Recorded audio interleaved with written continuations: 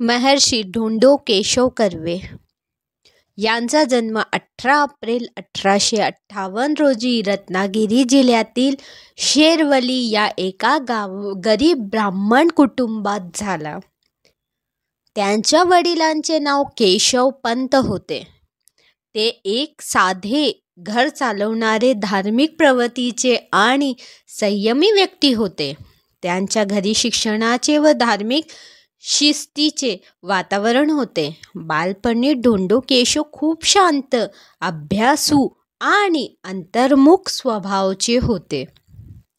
गावात शिक्षणाची फारशी सोय नव्हती, पण आई वडिलांनी त्यांना शिक्षणासाठी पुण्याला पाठवले.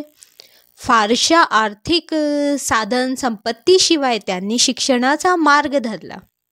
दिवसाला अभ्यास आणि रात्री वाचन यामध्येच त्यांचे संपूर्ण बालपण गेले. अनेक वेळा उपासमार करत मित्रांकडून पुस्तक उधार घेऊन त्यांनी आपले शिक्षण सुरू ठेवलं. पुणे येथील एल्फिन्स्टन कॉलेजमधून त्यांनी गणित विषयात BA पदवी प्राप्त केली. त्यानंतर ते फर्ग्युसन कॉलेजमध्ये गणिताचे प्राध्यापक झाले. त्यांनी गणिताचे अध्यापन केले, पण त्यांच्या मनात सामाजिक विषमतेविषयी खदखद होती. शिक्षण देताना विद्यार्थ्यांमध्ये असलेली जातीभेदाची जाणीव त्यांना बोचत होत असे. ते म्हणायचे, खरे शिक्षण हे माणूस घडवते, केवळ परीक्षामध्ये पास होणं हे शिक्षण नाही. त्यांच्या पहिल्या पत्नीचे निधन लवकरच झाले.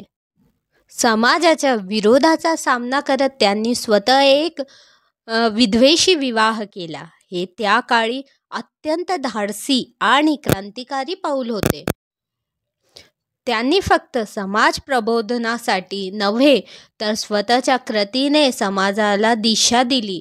या निर्णयामुळे त्यांना अनेक प्रकारच्या सामाजिक बहिष्कारांना समोर जावे लागले, पण कर्वे हे आपल्या ध्येयावर ठाम राहिले. त्यांना समजले होते की स्त्री शिक्षण व पुनर्विवाह हे समाजाच्या प्रगतीसाठी अत्यावश्यक आहेत.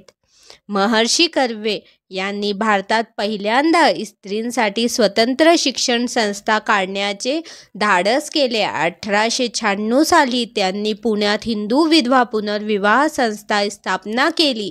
पुढे 1916 मध्ये त्यांनी सनातिका महिला विद्यालय आणि त्याचाच विस्तार म्हणजे श्रीमती नाथीबाई दामोदर ठाकरसी महिला विद्यापीठ SNDT युनिव्हर्सिटी ची स्थापना मुंबईमध्ये केली. ही भारतातली प्रथम महिला विद्यापीठ होती. त्यामागचा उद्देश स्पष्ट होता. स्त्री शिक्षण हा समाज परिवर्तनाचा पाया आहे. त्यांनी गावोगाव जाऊन विधवांना शिक्षण देण्याचं, त्यांना स्वावलंबी बनवण्याचं आणि समाजाला जागृत करण्याचं कार्य करता जीवन स्वीकारलं. कर्वे यांनी आपल्या आयुष्यभर समाज सुधारणेसाठी झटत राहिले. त्यांनी खालील गोष्टींसाठी मोठं कार्य केलं: विधवा पुनर्विवाहासाठी चळवळ, बालविवाहाच्या विरोधात प्रचार, स्त्रियांसाठी व्यावसायिक शिक्षण, समाजात महिलांना समान अधिकार मिळावेत यासाठी लेखन व व्याख्यान, विधवांवर होणाऱ्या अन्यायाविरुद्ध आवाज. त्यांच्या लेखनात आणि व्याख्यानामध्ये ते स्पष्ट बोलत असत. कोणत्याही विरोधाची पर्वा न करता त्यांनी आपलं कार्य सुरू ठेवलं. महर्षी कर्वे यांना त्यांच्या कार्याबद्दल अनेक पुरस्कार आणि सन्मान मिळाले. त्यात 1955 साली भारतरत्न पुरस्कार, भारताचा सर्वोच्च नागरिक सन्मान पद्मविभूषण, अनेक विद्यापीठांचे मानद डॉक्टरेट, समाज सुधारणेसाठी आंतरराष्ट्रीय स्तरावर कौतुक.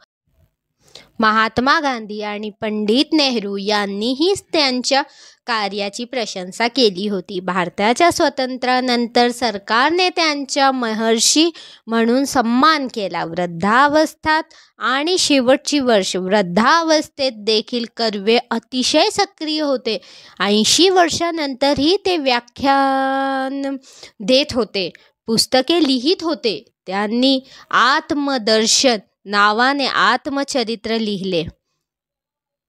त्यांनी आपल्या संस्थेसाठी निधी गोळा करण्यासाठी संपूर्ण भारत आणि परदेशातही प्रवास केला. 1929 साली त्यांनी इंग्लंड आणि अमेरिकेचा दौरा केला आणि तिथे भारतीय स्त्रियांच्या शिक्षणाबद्दल जागृती केली. महर्षी कर्वे यांचे निधन 9 नोव्हेंबर 1962 रोजी पुण्यात झाले. ते 104 वर्षाचे होते. त्यांच्या जाण्याने भारताने एक महान समाजसुधारक गमावला. महर्षी कर्वे यांचे जीवन म्हणजे एक सामान्य माणूसही असामान्य विचार आणि कठोर परिश्रमाने समाज बदलू शकतो. त्यांनी आयुष्यभर संघर्ष, निंदा, बहिष्कार झेलूनही शिक्षणाचा दीपवत आपले कार्य सुरू ठेवले. आज लाखो महिलांना शिक्षण मिळतंय, आत्मनिर्भर होता येतंय. हे कर्वेच्या त्यागाचेच फलित आहे.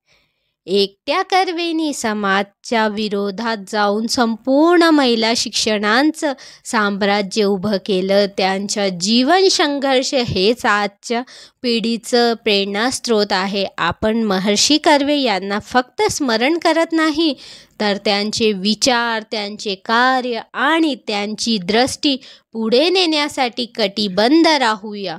जय श्री स्वामी समर्थ. व्हिडिओ आवडलास तर व्हिडिओला लाईक करा, चॅनलला सबस्क्राईब करा आणि शेअर करा. धन्यवाद.